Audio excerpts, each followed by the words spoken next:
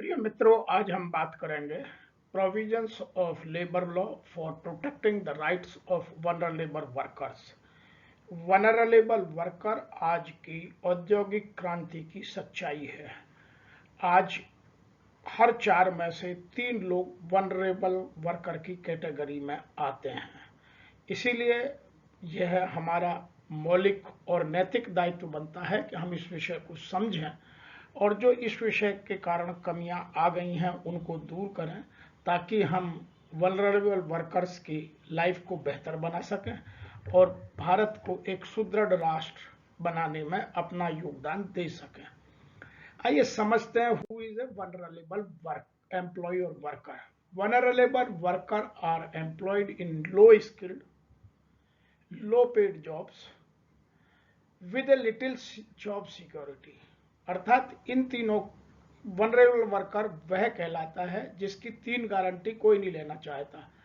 Number 1, उसकी skill बहुत लो होती है, उसकी स्किल डेवलपमेंट के लिए कोई काम नहीं करना चाहता। नंबर 2, लो पेड होता है, उसकी सैलरी मिनिमम वेज या मिनिमम वेज से कम होती है, या कुछ ऐसे भी लोग हैं जिनकी वेज ज़्यादा है लेकिन किन्हीं कारण से वो भी वनरेबल वर्कर की कैटेगरी में आ जाते हैं। तीसरा, इनके जॉब की कोई सिक्योरिटी नहीं है, कब मिलेगा कब नहीं मिलेगा, कब चला जाएगा कोई नहीं जानता। दे आर ऑफन एक्सप्लॉइटेड, इनका एक्सप्लॉइटेशन होता है बाय द एम्प्लॉयर और by the user, by the contractor and force to work. इनसे लंबे समय तक काम लिया जाता है, इनके कार्य के घंटे निश्चित नहीं होते हैं, लो सैलरी मिलती है और ज़्यादातर इनको अनस्किल्ड या उन एरियाज में लगाया जाता है जहां डेंजरस कंडीशंस बहुत ज़्यादा हैं, जिनमें परमानेंट वर्कर या एक समझदार वर्कर जाकर काम नहीं करना चाहता, उन एरियाज में इनको लगाया जाता है। इसीलिए इनको पीड़ित कर्मकार या वनरेबल वर्कर कहा जाता है या वनरेबल एम्प्लॉय कहा जाता है। अब हम बात करते हैं कि some groups of people are more likely to be treated unfairly than others. ऐसे कुछ ग्रुप हैं या ऐसे सेट ऑफ वर्क्स हैं जिनमें जो लोग काम करते हैं उनका सबसे ज्यादा ट्रीटमेंट अनफेयर होता है या उनका एक्सप्लॉयटेशन होता है। मैं कुछ उदाहरण दूंगा, उसके अतिरिक्त भी और बहुत हो सकते हैं। नंबर 1, यंग वर्कर्स, जिनको ट्रेनिंग के नाम पर शोषण होता है। Disabled people, impaired hearing, vision impaired etcetera. कुछ कंपनियां अपंग या दिव्यांग के नाम पर भर्ती करती हैं और दबाकर शोषण करती हैं। नंबर 3, लोन वर्कर्स, जो आइसोलेशन में असंगठित क्षेत्र में काम करते हैं, उनका भी शोषण खूब होता है। न्यू एंड एक्सपेक्टेंट मदर्स, जो लड़कियां पहली बार मदर बन प्रेग्नेंट होती हैं उनका, या जो एक्सपेक्टेंट्स होते हैं उनका भी शोषण होता है। गिग इकोनॉमी वर्कर्स, जो इंडिपेंडेंट वर्कर्स हैं, उनका भी बहुत शोषण है, आगे आगे बात करेंगे।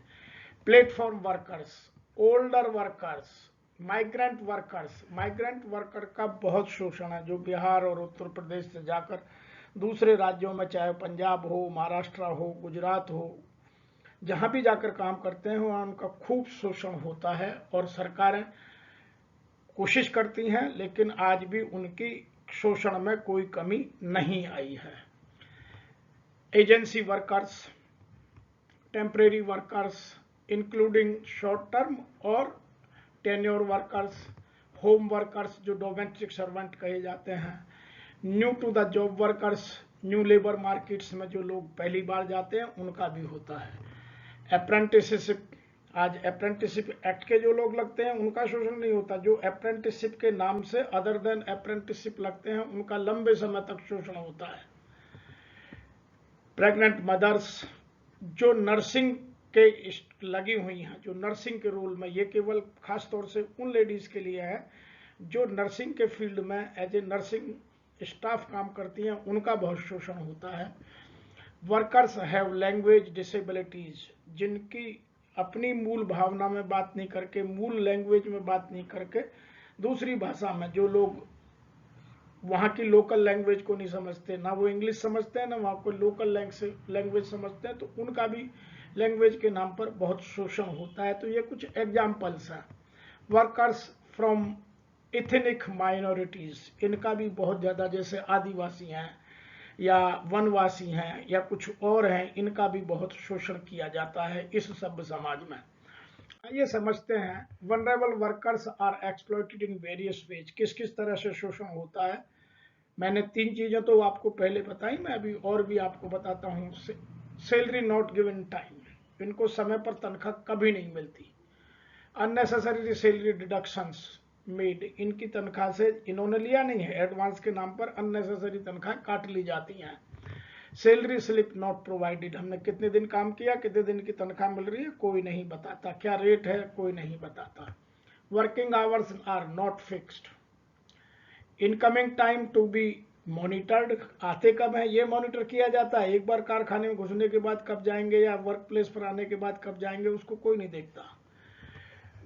जॉब रोल नॉट डिफाइंड, कोई काम डिफाइन नहीं है। कठिन से कठिन और रिस्की से रिस्की, डेंजरस से डेंजरस ऑपरेशन में इनको लगाया जाता है बिना किसी ट्रेनिंग के। इसीलिए जो ऑर्गेनाइज सेक्टर में इंसिडेंट और एक्सीडेंट कॉन्ट्रैक्टर वर्क है, उनका रेशो बहुत ज्यादा है in comparison to permanent workers. Contractor workers का इंसिडेंट और एक्सीडेंट का डेटा बहुत हाई है।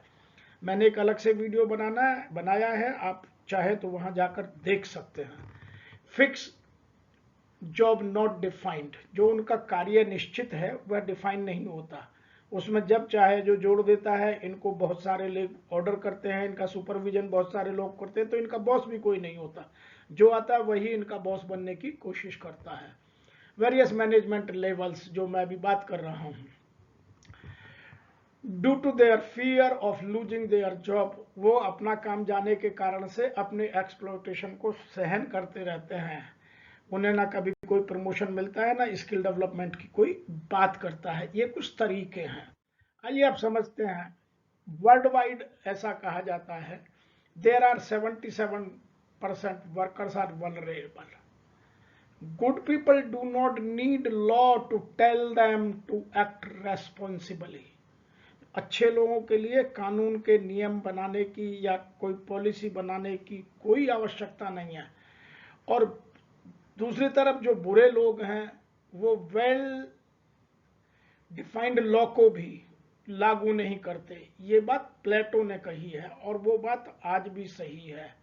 जो सुकरात का नंबर 1 शिष्य था प्लेटो, उसने ये बात कही थी, good people do not need law to tell them to act responsibly, while bad people will find a way around this laws। तो वो लोग लॉ में कमियां निकालकर उनका मिसयूज करते हैं। और आज भारत में हर 4 में से एक को छोड़कर 3 लोग वनरेबल कैटेगरी में, अनऑर्गेनाइज सेक्टर में आते हैं। ये डेटा है जो मैंने निकाला है। Vulnerable workers sector wise, child, old workers, other vulnerable workers, ये एक डेटा है। दूसरी तरफ डेटा है vulnerable workers percentage formal sector.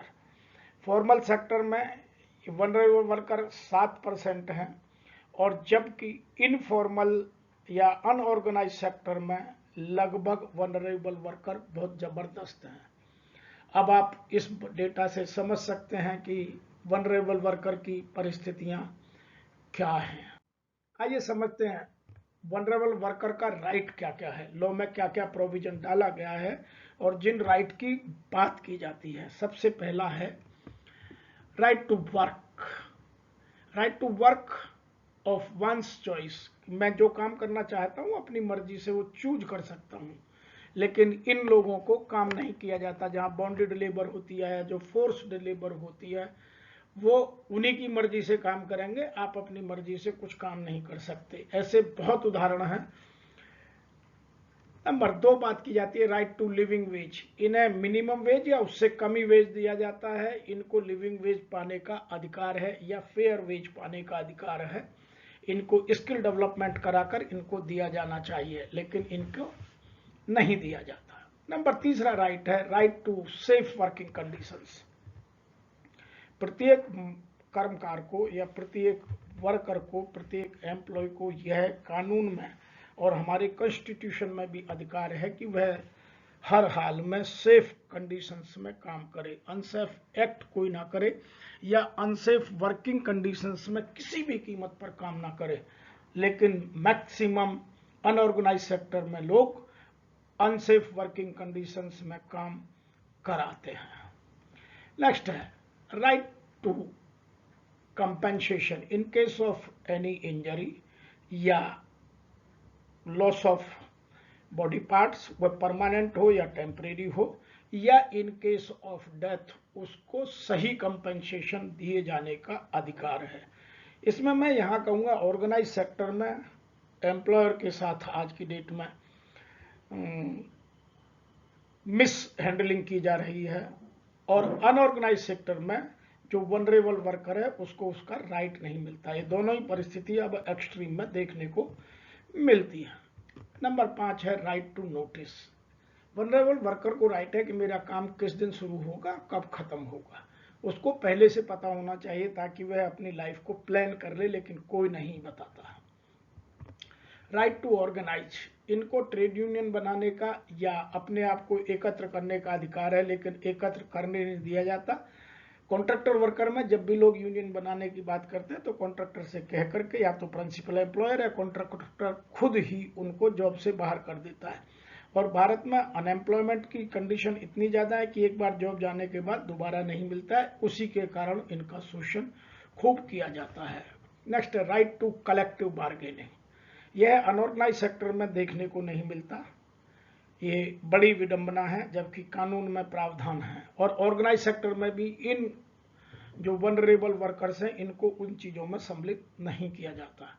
Right to participate in management, organise sector में वनरेबल वर्कर को कितना इन्वॉल्व किया जाता है उसके डेटा हैं, आप अलग से मेरे एक वीडियो में देख सकते हैं, लेकिन यहाँ हम बात कर रहे हैं कि इनके राइट क्या क्या हैं जिनको हम फुलफिल नहीं करते, अन्यथा यह वीडियो बहुत लंबा हो जाएगा। और मेरे वीडियो लंबे इसलिए बनते हैं कि हम विषय के साथ कोई समझौता नहीं करते। नंबर 9 है राइट टू रेस्ट पीरियड। इन लोगों को जो रेस्ट है, एक रिले के बाद एक शिफ्ट में 4 घंटे के बाद जो इनको रेस्ट करने का, खाना खाने का, आराम करने का मौका मिलना चाहिए, वो भी इनको नहीं दिया जाता। केवल वर्क वर्क वर्क, कुछ वर्कहोलिक लोग खुद काम नहीं करते, लेकिन इनसे 24 घंटे में से 14 घंटे काम आराम से लेने की कोशिश करते हैं। अब बात करते हैं new measures to protect interest of organised workers.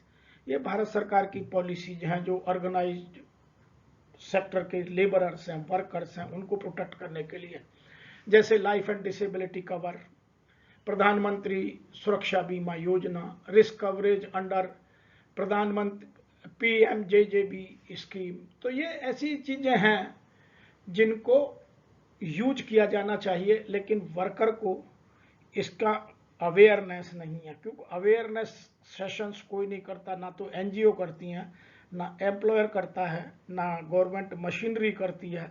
और उस शिक्षा के अभाव में इन स्कीमों से वो लोग पैसा ले लेते हैं जिनका पॉलिटिकल कनेक्शन होता है, और जो वास्तव में वनरेबल वर्कर है उन इन स्कीमों का बेनिफिट उनको नहीं मिल पाता। तो ये बहुत सारे ऐसी स्कीम्स हैं जिनका बेनिफिट अनऑर्गेनाइज सेक्टर के वनरेबल वर्कर को या उस क्षेत्र में काम करने वाले वर्कर को मिलना चाहिए, लेकिन पॉलिटिकल परिस्थितियां इसके बिल्कुल विपरीत इसका यूज या मिसयूज करती हैं।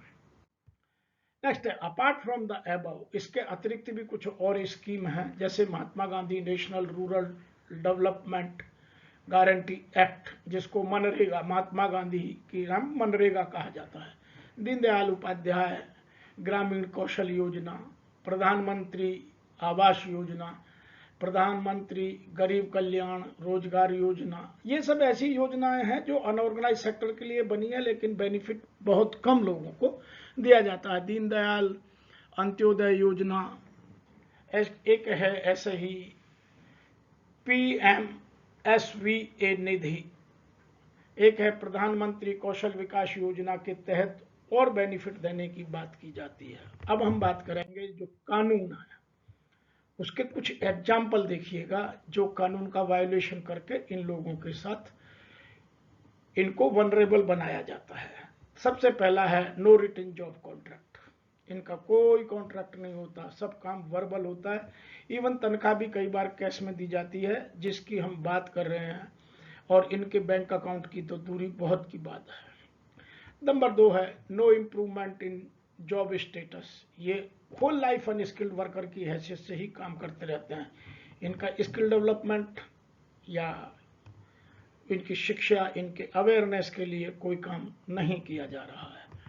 Part time employment, irregular wages, long working hours, small size of the enterprises. तो ये कुछ एरिया हैं जहां आपको वल्नरेबल वर्कर आराम से एडवर्स कंडीशन में काम करते मिलेंगे। इसीलिए इन एरियाज में सबसे ज्यादा एडवर्स कंडीशन या इस तरह की एडवर्स कंडीशंस देखने को मिलती हैं। अब हम बात करेंगे, जो मैं बार बार कह रहा हूं कि भारत में 4 में से 3 लोग वनरेबल वर्कर की कैटेगरी में आते हैं, वन वे और द अदर। आप चाहे किसी छोटे एस्टेब्लिशमेंट में देखिए, अनऑर्गेनाइज सेक्टर में, सोप्स एंड कॉमर्शियल एस्टेब्लिशमेंट में देखिए, या जो सेल्फ एम्प्लॉयमेंट की हम बात कर रहे हैं उनमें जो हम हेल्पर्स रखते हैं उनमें देखिए, तो बहुत सारे ऐसे एरियाज हैं जिनमें हम पीपीई के नाम पर, पर्सनल प्रोटेक्टिव इक्विपमेंट के नाम पर अनस्किल्ड वर्कर को या इस तरह के वनरेबल वर्कर को कोई प्रोटेक्टिव इक्विपमेंट नहीं देते। तो ये एक बड़ा एरिया है और इसीलिए उनके यंग एज में ही परमानेंट डिसेबलमेंट या डेथ या उनका स्वास्थ्य खराब हो जाता है। अब हम बात करेंगे वनरेबल वर्कर्स सबसे ज्यादा किन किन कैटेगरीज में मिलते हैं, जिन पर फोकस इमीडिएटली गवर्नमेंट मशीनरी का या एनजीओज का या जो इस एरिया में काम करने वाले लोग हैं उनका जाना चाहिए। Number 1, agency and temporary workers, contractor workers. मैं यहाँ एक बात और कह दूं, भारत में जितना contractor abolition regulation act CLRA का मिसयूज है, शायद वर्ल्ड में किसी भी एक्ट का इतना मिसयूज देखने को नहीं मिलेगा।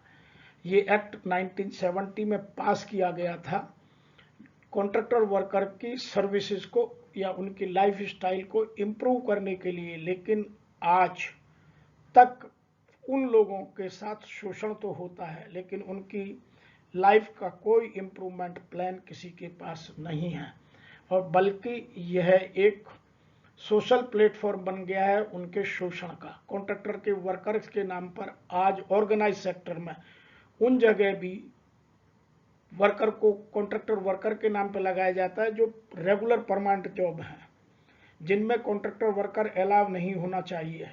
कॉन्ट्रैक्टर वर्कर किसी भी फैक्ट्री में बिना प्रॉपर ट्रेनिंग के अलाउ नहीं होना चाहिए, लेकिन जो अच्छे प्रोग्रेसिव एम्प्लॉयर्स हैं उनको छोड़कर बाकी सभी जगह, या जो मीडियम स्केल इंडस्ट्री है, स्मॉल स्केल इंडस्ट्री है, उन सभी जगह मैक्सिमम, कहिए सभी तो नहीं कह सकते क्योंकि कुछ लोग अच्छे भी हैं, मैक्सिमम जगह पर इस तरह का एम्प्लॉयमेंट देखने को मिलता है और उन सब के साथ वही ट्रीटमेंट होता है जो मैंने अभी बात की।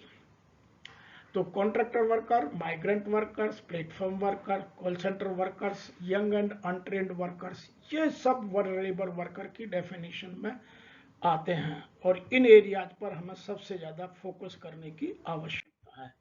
आइए, जो हमारे लेबर लॉ हैं उनका प्रिंसिपल क्या है और इनके साथ ट्रीटमेंट क्या है उसे समझते हैं। जब हम भारत में लेबर लॉ का कोई नया अमेंडमेंट करते हैं या उनका फॉर्मेशन करते हैं या कोई नई पॉलिसी डिजाइन करते हैं तो इन प्रिंसिपल्स पर हम काम करते हैं। सबसे पहले प्रिंसिपल ऑफ सोशल जस्टिस, उनके साथ सोशल जस्टिस होना आवश्यक है। दूसरा है प्रिंसिपल ऑफ सोशल इक्विटी। तीसरा है प्रिंसिपल ऑफ सोशल सिक्योरिटी। और चौथा है प्रिंसिपल ऑफ नेशनल इकोनॉमी। हम नेशनल इकोनॉमी के लिए डेवलपमेंट में काम करें। लेकिन आप यदि देखेंगे कि मैं बार बार एक डेटा बोल रहा हूं कि हर 4 में से 3 वनरेबल वर्कर हैं, उसका रीजन यही है कि ये प्रिंसिपल ऑन पेपर तो हैं लेकिन इनका इम्प्लीमेंटेशन नहीं है। दूसरा, भारत में ISO सर्टिफिकेशन जो ऑर्नामेंटल सर्टिफिकेट है उसके पीछे भी यही रीजन है कि लोग भारत में कानून का पालन नहीं करते और जब इंटरनेशनल एक्सपोर्ट करते हैं तो उनको एक अपनी तरफ से सर्टिफिकेट देना पड़ता है कि मेरे यहाँ लेबर लॉ का कोई वायलेशन नहीं है, या मेरे यहाँ जो भी है वो ठीक से काम हो रहा है, मेरे यहाँ कोई चाइल्ड काम नहीं करता है, वो ISO में गारंटी दी जाती है। लेकिन उनका इम्प्लीमेंटेशन कितना है ये सब लोग जानते हैं। इसीलिए इन 4 प्रिंसिपल को ठीक से सुधारने की बहुत आवश्यकता है। नेक्स्ट बात करते हैं protection of vulnerable workers under Indian laws. कहाँ कहाँ प्रोटेक्शन दिया गया है जिनको हम नहीं दे पाते हैं, समझने की बात है। Right to receive minimum wage, ये हर 6 महीने में अमेंडमेंट होती है और हर किसी को मिलनी चाहिए, लेकिन वनरेबल वर्कर्स को नहीं मिलती। राइट टू पे ओवर टाइम, जो आदमी अपने 8 घंटे से अधिक काम करता है उसको ओवर टाइम पेमेंट होना चाहिए, जो नहीं मिलता। Right to get paid leave, जो छुट्टी मिलनी चाहिए, जो फैक्ट्री एक्ट में प्रोविजन है या सोप सेंटर कॉमर्शियल एस्टेब्लिशमेंट में लीव का प्रोविजन है, वो इनको नहीं दी जाती। सीधा शोषण है। नंबर है right to safe and healthy working conditions, जो मैं अभी बात कर रहा था कि इनको सेफ और हेल्थी वर्किंग कंडीशंस ना इनको पता है, क्योंकि इनका खुद का अवेयरनेस लेवल बहुत लो है, और ना ही इनको कोई PPE देता है, और उसी की वजह से माइनर इंजरीज तो रोजाना का काम है, कभी कभी मेजर इंजरी हो जाती है, कभी कभी लाइफ भी चली जाती है। नेक्स्ट है राइट टू फॉर्म और ज्वाइन ट्रेड यूनियन। लेकिन आज भारत में एक विषम परिस्थिति पैदा हो गई है। ट्रेड यूनियनिज्म धीरे धीरे अपने डिक्लाइन की ओर है, और जो third party involvement in unions है वो बढ़ता जा रहा है, जिससे ऑर्गेनाइज सेक्टर में यूनियन के नाम पर मिसयूज बढ़ने लगा है, और प्रोटेक्टिव या वनरेबल एम्प्लॉय को जो बेनिफिट मिलना चाहिए वो नहीं मिल रहा है। इसीलिए जो right to form and joint trade union है उसको भी ठीक किया जाना बहुत जरूरी है। Right to be treated fairly with respect in the work place, अपने काम के स्थल पर, कार्य स्थल पर उनकी रेस्पेक्ट होनी चाहिए। श्रम का जो डिग्निटी है, डिग्निटी ऑफ लेबर का कंसेप्ट इंडिया में देखने को नहीं मिलता। कुछ लोग अपने से सीनियर उम्र के लोगों के साथ भी तू तड़ाक से बात करते हैं, रेस्पेक्ट नहीं करते हैं, उनको गाली गलौज करते हैं। तो डिग्निटी ऑफ लेबर प्रिंसिपल तो है लेकिन देखने को नहीं मिलती। नंबर 7 है employ right to leave and benefits. ये एम्प्लॉय को राइट है कि वो जब चाहे काम करे, जब चाहे वो मना कर सकता है, लेकिन जहाँ बॉन्डेड लेबर है या फोर्स्ड एम्प्लॉयमेंट है वहाँ लोगों की सैलरी रोक कर रखते हैं। कुछ कॉन्ट्रैक्टर तो कभी 1 महीने की, कभी 2 महीने की सैलरी रोक कर रखते हैं, और जो चला जाता है उनकी सैलरी वो कभी पे नहीं करते। कुछ लोग बोनस के नाम पर नहीं करते, कुछ लोग एम्प्लॉयर से ग्रेच्युटी के नाम पर पेमेंट लेते हैं लेकिन वर्कर को नहीं करते। इसीलिए कॉन्ट्रैक्ट में कॉन्ट्रैक्टर और एम्प्लॉयर एंजॉय करते हैं और वर्कर सफर करते हैं। नंबर 7 है स्किल डेवलपमेंट प्रोग्राम। इनके लिए कोई स्किल डेवलपमेंट प्रोग्राम की पहल नहीं की जा रही है, लेकिन उसका राइट है कि उसको स्किल डेवलप करने के लिए मौका दिया जाए। अब हम बात करेंगे इंपॉर्टेंट एक्ट्स कौन कौन से हैं जिनमें जो वनरेबल वर्कर्स है उनके राइट को समझा गया है और उनको प्रोटेक्ट करने की कोशिश की गई है। सबसे है पहले contractor labour regulation and abolition act. मैं जिसकी बात कर रहा था इसका मिसयूज है, क्योंकि गवर्नमेंट मशीनरी वर्कर को सपोर्ट नहीं करती, वो या तो कॉन्ट्रैक्टर को सपोर्ट करती है या एम्प्लॉयर को सपोर्ट करती है। इसीलिए उस एक्ट के प्रावधानों का पालन नहीं होता, लेकिन उसमें प्रावधान डाले गए हैं। यदि ठीक से उसका इम्प्लीमेंट किया जाए तो भारत में काफी सुधार ऑर्गेनाइज सेक्टर में आ सकता है। नंबर 2 है इंटर स्टेट माइग्रेंट वर्कर्स। इसका सिस्टम बनाया जाना चाहिए और इसको सीरियसली फॉलो किया जाना चाहिए। कोरोना के काल में आपने माइग्रेंट वर्कर की जो हालात देखी वो दोबारा किसी कंडीशन में, किसी भी हालात में रिपीट नहीं होनी चाहिए, और इनके शोषण को इमीडिएट रोकने की बात की जानी चाहिए। जो एक्ट में प्रावधान है उनका लेटर एंड स्पिरिट पालन किया जाना चाहिए। अब हम बात करते हैं the building and other construction workers regulation of employment and conditions service act. इस एक्ट में बहुत सारे प्रावधान हैं, लेकिन उनका पालन आप कभी भी किसी भी जहां मास में बिल्डिंग बन रही है, चाहे वो ब्रिज कॉरपोरेशन हो, चाहे वो बड़े शहरों में जो बड़ी बड़ी मल्टी स्टोरी बिल्डिंग बन रही है वो कॉन्ट्रैक्टर हों या एस्टेट के लोग हों, कोई भी इनके प्रावधानों को पूर्णतः पालन कर नहीं करता। वो केवल जो गवर्नमेंट को सेस जाता है उसको पे करना भी भार समझते हैं, उसका बेनिफिट ना तो वर्कर का रजिस्ट्रेशन करते हैं, ना वर्कर में अवेयरनेस डेवलप करते हैं, तो पैसा कहीं चला जाता है, एम्प्लॉय कहीं चला जाता है, एम्प्लॉय से कंट्रीब्यूशन जाता नहीं है, इसीलिए उसको अवेयरनेस नहीं है, इसका बेनिफिट नहीं मिलता। ये एक बड़ी समस्या है। नंबर 4 है unorganised workers special security act 2008। यह 2008 में एक एक्ट बनाया गया था।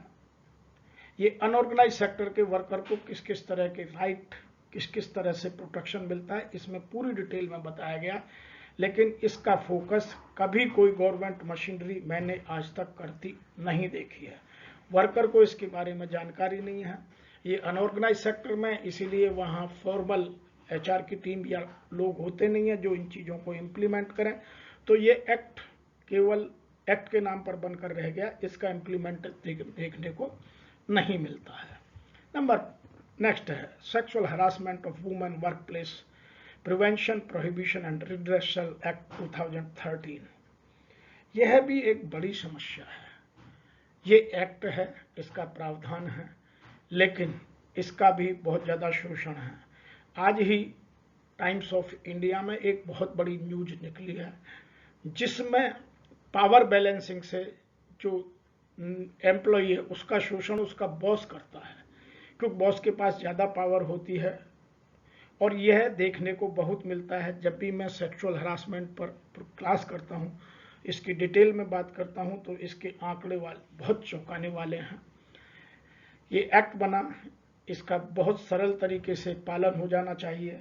जो इंटरनल कंप्लेंट कमेटी है, कहीं कहीं वो केवल पेपर पर बनी हुई है, लेकिन कौन उसका चेयरमैन है उस तक को नहीं पता है, क्योंकि इसमें चेयरमैन वर्कर की साइड से बनता है या जो ऑर्गेनाइजेशन में सबसे सीनियर मोस्ट लेडी है वो बनती है, लेकिन उसको पता नहीं और ये काम करती रहती है। तो ये केवल पीस ऑफ पेपर पर है। इसकी कंप्लायंस लेटर एंड स्पिरिट में देखने को ठीक से अभी नहीं मिल रही है, और सेक्सुअल हरासमेंट अब बहुत तेजी से बढ़ता जा रहा है। इसको यदि हमें डेवलप करना है तो इसकी अवेयरनेस बहुत तेजी से बढ़ाई जानी चाहिए। नंबर 6 है child labour prohibition regulation act 1986। हर कंपनी के बाहर, चाहे वो स्मॉल हो, मीडियम हो, अनऑर्गेनाइज सेक्टर में हो, सब जगह लिखा होता है कि मेरे यहाँ कोई there is no child labour. जब भी वहाँ कोई जाइए तो वहाँ बच्चे मिलते हैं और उनसे पूछिए तो कहते हैं अपने फादर का खाना लेकर के आया था। ये एक सेट डायलॉग है हर छोटी इंडस्ट्री में या स्मॉल स्केल इंडस्ट्री में या एस्टेब्लिशमेंट में। तो चाइल्ड लेबर का प्रयोग भी उपयोग भी अभी तक हम ठीक से नहीं रोक पाए हैं। तो ये एक्ट हैं जिनका हम पालन कर सकते हैं।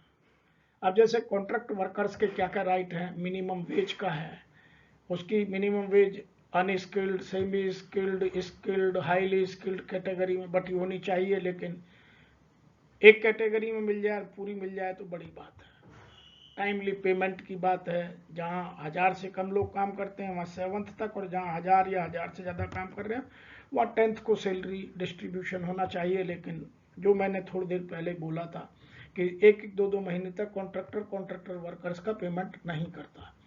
Working conditions and safety, highly unsafe areas में यदि कोई काम करता है, चाहे वो केमिकल इंडस्ट्री हो, चाहे वो डेंजरस ऑपरेशंस हो, चाहे वो रिस्की जॉब हो, चाहे वो ओवरहीट के जॉब हो, चाहे पॉल्यूटेड एनवायरनमेंट के जॉब हो, जितने भी रिस्की जॉब हैं सब कॉन्ट्रैक्टर वर्कर्स वहाँ काम करते हैं और नोबडी इज बॉदरिंग। उसको आभास नहीं है, उसको ज्ञान नहीं है कॉन्ट्रैक्टर वर्कर को, लेकिन एम्प्लॉयर को बताना चाहिए, वो उनको नहीं बताता है। नंबर 4 है working hours and leave. Contractor worker को ना तो लीव का पेमेंट होता है, आप सिक लीव, आप कैजुअल लीव भूल जाइए। अर्नड लीव जो एक्ट में प्रावधान है, जो 20 दिन पर काम करने के बाद मिलनी चाहिए, वो भी नहीं दी जाती है। नेक्स्ट है social security, ESI, PF, bonus, gratuity. इन सब में उनकी कंडीशंस बहुत ही दर्द भरी है।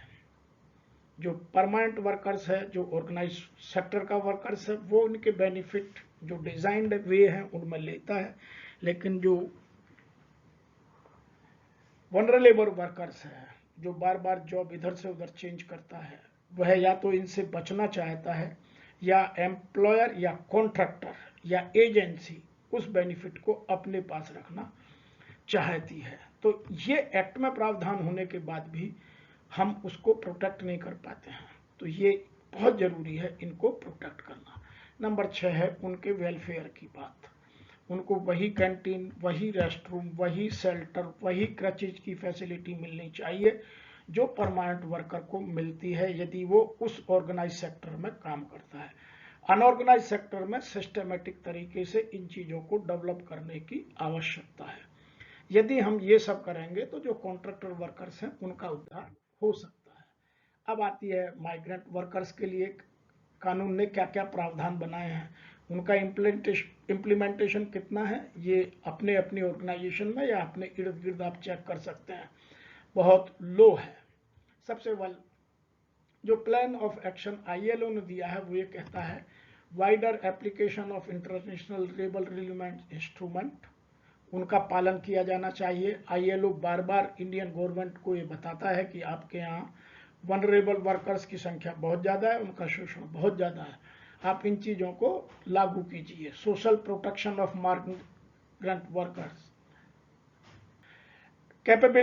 कैपेसिटी बिल्डिंग एंड अवेयरनेस, इस पर कोई काम नहीं करता जबकि इस पर काम किया जाना चाहिए। इसके लिए फंड है, जो BOCC की मैं बात कर रहा था उसमें से कुछ फंड लेकर के इनको किया जाना चाहिए। गवर्नमेंट की कुछ बॉडीज हैं, भारत सरकार के साथ कुछ NGOs मिलकर काम करती हैं, लेकिन वो सब ठीक से इनके उत्थान के लिए कोई काम नहीं करती। स्ट्रेंथनिंग द सोशल डायलॉग, इनके साथ अच्छे से एक संवाद बनना चाहिए। संवादहीनता इनके साथ बहुत ज्यादा है, इनके साथ कोई डायलॉग नहीं होता।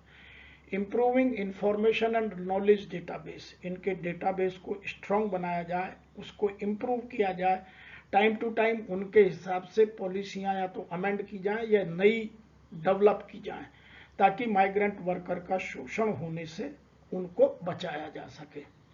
नेक्स्ट बात करते हैं कि इनके लिए क्या किया जाए, व्हाट यूनियंस कैन डू, इनके लिए क्या किया जा सकता है। Number 1, promoting the right based migration policy, ये बनानी चाहिए।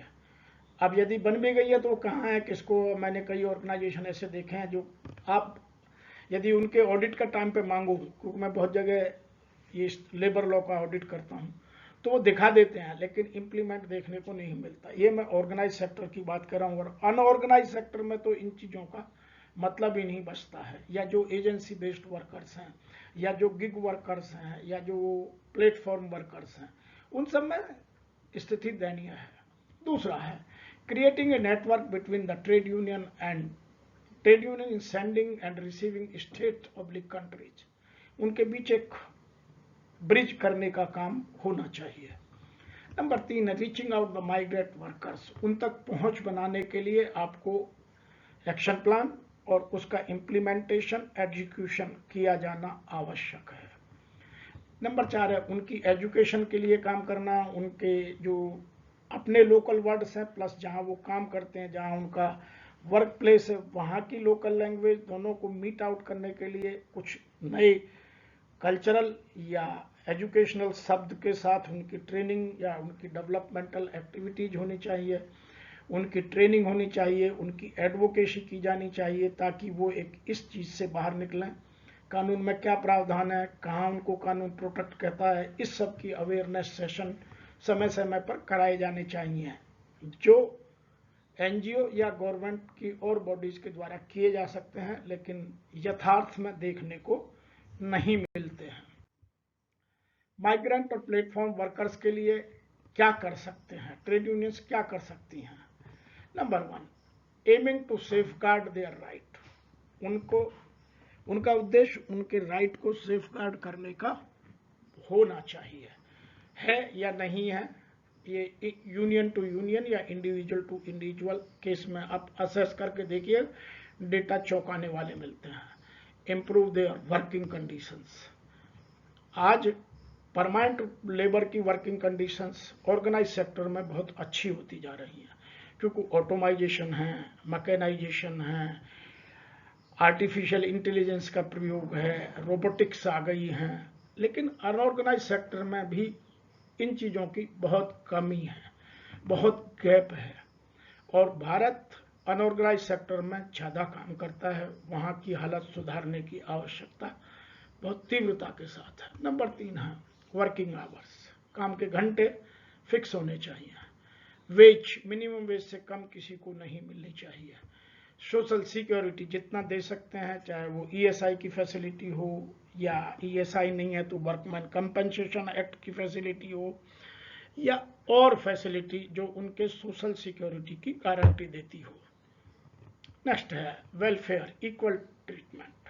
सबको वेलफेयर की कोई बात करनी चाहिए, क्योंकि भारत में जो अमीरी और गरीबी की खाई है वह इसीलिए बढ़ती जा रही है कि एक वर्ग अपना पैसा कमाने के लिए दूसरे के राइट का शोषण करता है और उस बेनिफिट से ही अपनी प्रोग्रेस दिखाने की कोशिश करता है।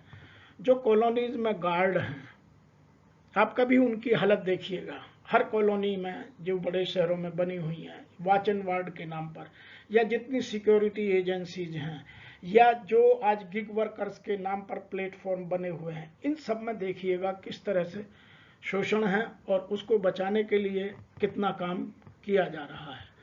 साथ है जॉब सिक्योरिटी। जो माइग्रेंट वर्कर आपके लिए आया है उसको जॉब सिक्योरिटी मिलनी चाहिए। यदि जॉब सिक्योरिटी नहीं होगी तो वो उन कामों में इन्वॉल्व होगा जो अनवांटेड हैं, और उस समाज में अराजकता बढ़ेगी, चोरी बढ़ेगी और गलत कामों का प्रादुर्भाव होगा। इसीलिए एक सिविलाइज सोसाइटी में इन चीज़ों को कंट्रोल करने के लिए सभी का कंट्रीब्यूशन होना बहुत जरूरी है। आज इतना ही। मैं आशा करता हूं कि आपको जो वनरेबल वर्कर्स हैं उनकी समस्या, उनको राइट क्या क्या दिए गए हैं, हम कैसे प्रोटेक्ट कर सकते हैं, ये बात समझ में आई होगी। आपको यदि और जानना है तो मैंने अपना ईमेल एड्रेस यहाँ लिखा हुआ है, आप हमें लिखिए। और आपको यदि अच्छा लगे तो मेरे चैनल को सब्सक्राइब कीजिए, अपने मित्रों तक पहुँचाइए और इस भारत देश को महान बनाने में अपना कंट्रीब्यूशन इस तरह से दीजिए कि आपके कंट्रीब्यूशन से किसी वनरेबल वर्कर का भला हो सके।